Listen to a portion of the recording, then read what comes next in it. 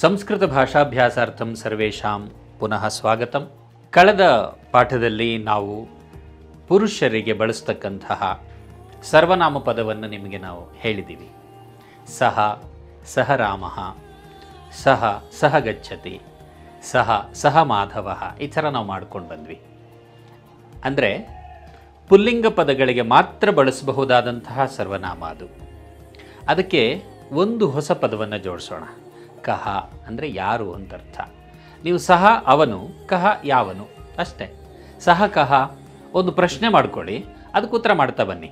ಸಹ ಕಹ ಸಹ ರಾಮಃ, ಸಹ ಕಹ ಸಹ ಜನಕಃ, ಸಹ ಕಹ ಸಹ ಪಿತಾ. ಎಷ್ಟು ಸುಲಭ ಅಲ್ವಾ? ಹೀಗೆ ಬಹಳ ಸುಲಭವಾದ ದಾರಿಯಲ್ಲಿ ಭಾಷೆಯನ್ನು ಅಧ್ಯಯನ ಮಾಡೋದಕ್ಕಿರತಕ್ಕಂತಹ ಮಾರ್ಗ ಇದು. ಆದ್ದರಿಂದ ನೀವೆಲ್ಲರೂ ಕೂಡ ಈ ಭಾಷೆಯನ್ನು ಅತ್ಯಂತ ಆತ್ಮೀಯತೆಯಿಂದ, ಪ್ರೀತಿಯಿಂದ, ಶ್ರದ್ಧೆಯಿಂದ ಕಲಿತಾ ಇದ್ದೀರಿ, ತಿಳ್ಕೊಳ್ತಾ ಇದ್ದೀರಿ ಅನ್ನುವಂಥ ಭಾವನೆಯಿಂದ ಇವತ್ತಿನ ಪಾಠವನ್ನು ಆರಂಭ ಮಾಡ್ತಾ ಇದ್ದೀವಿ. ಸರ್ವನಾಮ ಪದ ಅಂತ ಹೇಳಿದ್ನಲ್ಲ, ಅದು ಪುಲ್ಲಿಂಗಕ್ಕೆ ಬಳಸ್ಬೋದಾದ್ದು ಅಂತ. ಹಾಗಿದ್ರೆ ಮಹಿಳೆಯರಿಗೆ, ಸ್ತ್ರೀಯರಿಗೆ ಹೇಗೆ ಬಳಸಬೇಕು? ಅದೇ ಸಹ ಅನ್ನುವಂಥದ್ದನ್ನು ಸಾ ಅಂತ ಹೇಳ್ತೇನೆ ನಾನು. ಸಾ ಅನ್ನೋದು ಸ್ತ್ರೀಲಿಂಗದ ಸರ್ವನಾಮ ಪದ. ಅದು ಅವಳು ಅಂತಲೇ ಅರ್ಥ ಕೊಡುತ್ತದು.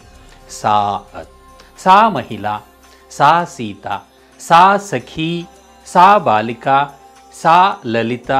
ನೋಡಿ ಎಷ್ಟು ಸರಳವಾಗಿದೆ ಅಂತಂದರೆ, ನೀವು ಪುಲ್ಲಿಂಗದ ಪದಗಳ ಬಳಸಬೇಕು ಅಂತ ಅಂದ್ಕೊಂಡಾಗ ಸಹ ಬಳಸಿ, ಸ್ತ್ರೀಲಿಂಗದ ಪದಗಳಿಗೆ ಸಾ ಬಳಸಿ, ಅಷ್ಟೇ ವ್ಯತ್ಯಾಸ. ಸಹ ಅಂತಂದರೆ ನಾನು ಮೊದಲೇ ಹೇಳಿದ ಹಾಗೆ ಸ ಆದಮೇಲೆ ಎರಡು ಚುಕ್ಕೆಗಳು ಅಂದರೆ ವಿಸರ್ಗ. ಸಾ ಅಂತಂದರೆ ಸಾ ಆದಮೇಲೆ ಆ ದೀರ್ಘ ಬರುತ್ತೆ ಅಷ್ಟೇ. ಅವಳು ಅನ್ನುವ ಅರ್ಥವನ್ನು ಕೊಡುತ್ತೆ. ಮೇಘನಾ ದೀರ್ಘ ಇದೆಯಲ್ಲ, ಸಾ ಮೇಘನಾ. ಸಾ ಪ್ರತಿಭಾ, ಸಾ ಪುತ್ಥಲಿಕಾ, ಪುತ್ಥಲಿಕಾ ಅಂದರೆ ಗೊಂಬೆ ಅಂತ ಅರ್ಥ. ಸಾ ರಾಧಾ, ಸಾ ಸೀತಾ, ಸಾ ಮಾಲಾ, ಸಾ ಭಗಿನಿ ಸಹೋದರಿ, ಸಾ ವಿದ್ಯಾವರ್ಧಿನಿ. ಎಷ್ಟು ಅರ್ಥಪೂರ್ಣವಾದ ಪದಗಳನ್ನು ಬಳಸೋದಕ್ಕೆ ಸಾಧ್ಯವೋ ಸ್ತ್ರೀಲಿಂಗ ಪದಗಳನ್ನು ಸಾ ಜೊತೆ ಬಳಸ್ತಾ ಬನ್ನಿ ಅಷ್ಟೇ. ಹಾಗೆ ನಾವೊಂದಷ್ಟು ಪರಿಚಯದ ಪದಗಳನ್ನು, ಹಾಗೆ ವ್ಯಕ್ತಿತ್ವ ಪರಿಚಯದ ಪದಗಳನ್ನು ಹೇಳ್ತಾ ಬಂದ್ವಿ. ಪಿತಾ, ಜನಕಃ, ಪುತ್ರಃ, ತನಯಃ, ಈ ಥರ ಪದಗಳನ್ನು ಬಳಸ್ತಾ ಬಂದ್ವಲ್ಲ. ಅದರಲ್ಲಿ ಕೆಲವು ಸ್ತ್ರೀಲಿಂಗ ಪದಗಳಿವೆ. ಉದಾಹರಣೆಗೆ ಮಾತಾ, ಜನನಿ, ಜನಯಿತ್ರಿ, ಪ್ರಸೂಹು, ಈ ಥರ ಶಬ್ದಗಳು. ದುಹಿತ, ಸ್ವಸ, ಭ್ರಾತೃಜಾಯ, ಈ ಥರ ಪದಗಳನ್ನು ಬಳಸ್ತಾ ಬಂದ್ವಲ್ಲ. ಇವೆಲ್ಲ ಸ್ತ್ರೀಲಿಂಗ ಪದಗಳೇ.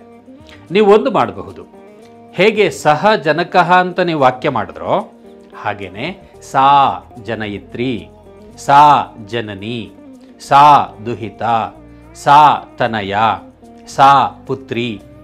ಸುಲಭ ಅಂತ ಅನಿಸ್ತಾ ಇಲ್ವಾ ನಿಮಗೆ? ಹಾಗೆ ಭಾಷೆಯನ್ನು ನಮ್ಮದಾಗಿಸ್ಕೋಬೇಕು ಅಂತಂದರೆ ಬಳಕೆಯಲ್ಲಿರಬೇಕು. ಯಾವಾಗ ನಾವು ಭಾಷೆಯನ್ನು ಬಳಸ್ತಾ ಹೋಗ್ತೇವೆ, ಸಹಜವಾಗಿ ಭಾಷೆ ನಮ್ಮದಾಗ್ತಾ ಹೋಗುತ್ತೆ. ನಾವಂತೂ ಪ್ರಯತ್ನದಲ್ಲಿದ್ದೇವೆ, ಭಾಷೆ ನಮ್ಮದಾಗಬೇಕು. ಆ ಭಾಷೆಗೆ ಬಳಕೆಯ ಬರಬೇಕಾದ್ರೆ ನಾವು ಎಷ್ಟು ಸಾಧ್ಯವೋ ಅಷ್ಟು ಪ್ರಯತ್ನಶಾಲಿಗಳಾಗ್ತಾ ಹೋಗೋಣ ಅನ್ನೋದೇ ಇದರ ತಾತ್ಪರ್ಯ. ಸೊ ಭಾಷಾ ಪಾಠದ ಜೊತೆಗೆ ಸಹಜವಾಗಿ ನಿಮಗೆ ಸುಭಾಷಿತಗಳಂತೂ ಬರ್ತಾನೆ ಇದ್ದಾವೆ.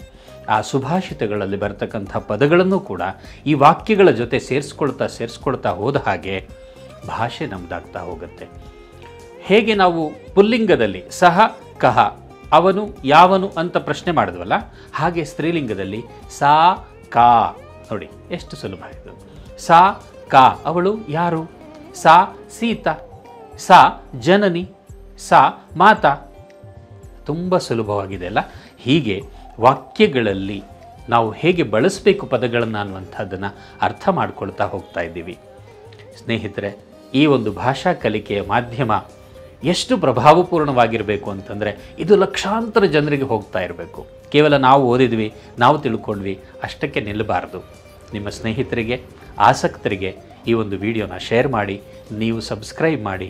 ಅಷ್ಟೇ ಅಲ್ಲ, ನಿಮ್ಮ ಅನಿಸಿಕೆಗಳನ್ನು, ಭಾವನೆಗಳನ್ನು, ಚಿಂತನೆಗಳನ್ನು ಈ ಕಮೆಂಟ್ ಬಾಕ್ಸಲ್ಲಿ ಹಾಕೋದ್ರ ಮೂಲಕ ನಮ್ಮ ಸಂಸ್ಕೃತ ಭಾಷಾ ಪ್ರಚಾರ ಕಾರ್ಯದಲ್ಲಿ ಕೈ ಜೋಡಿಸ್ತೀರಿ ಅಂತ ನಂಬುತ್ತಾ ಮುಂದಿನ ಪಾಠದೊಂದಿಗೆ ಮತ್ತೆ ಭೇಟಿಯಾಗೋಣ.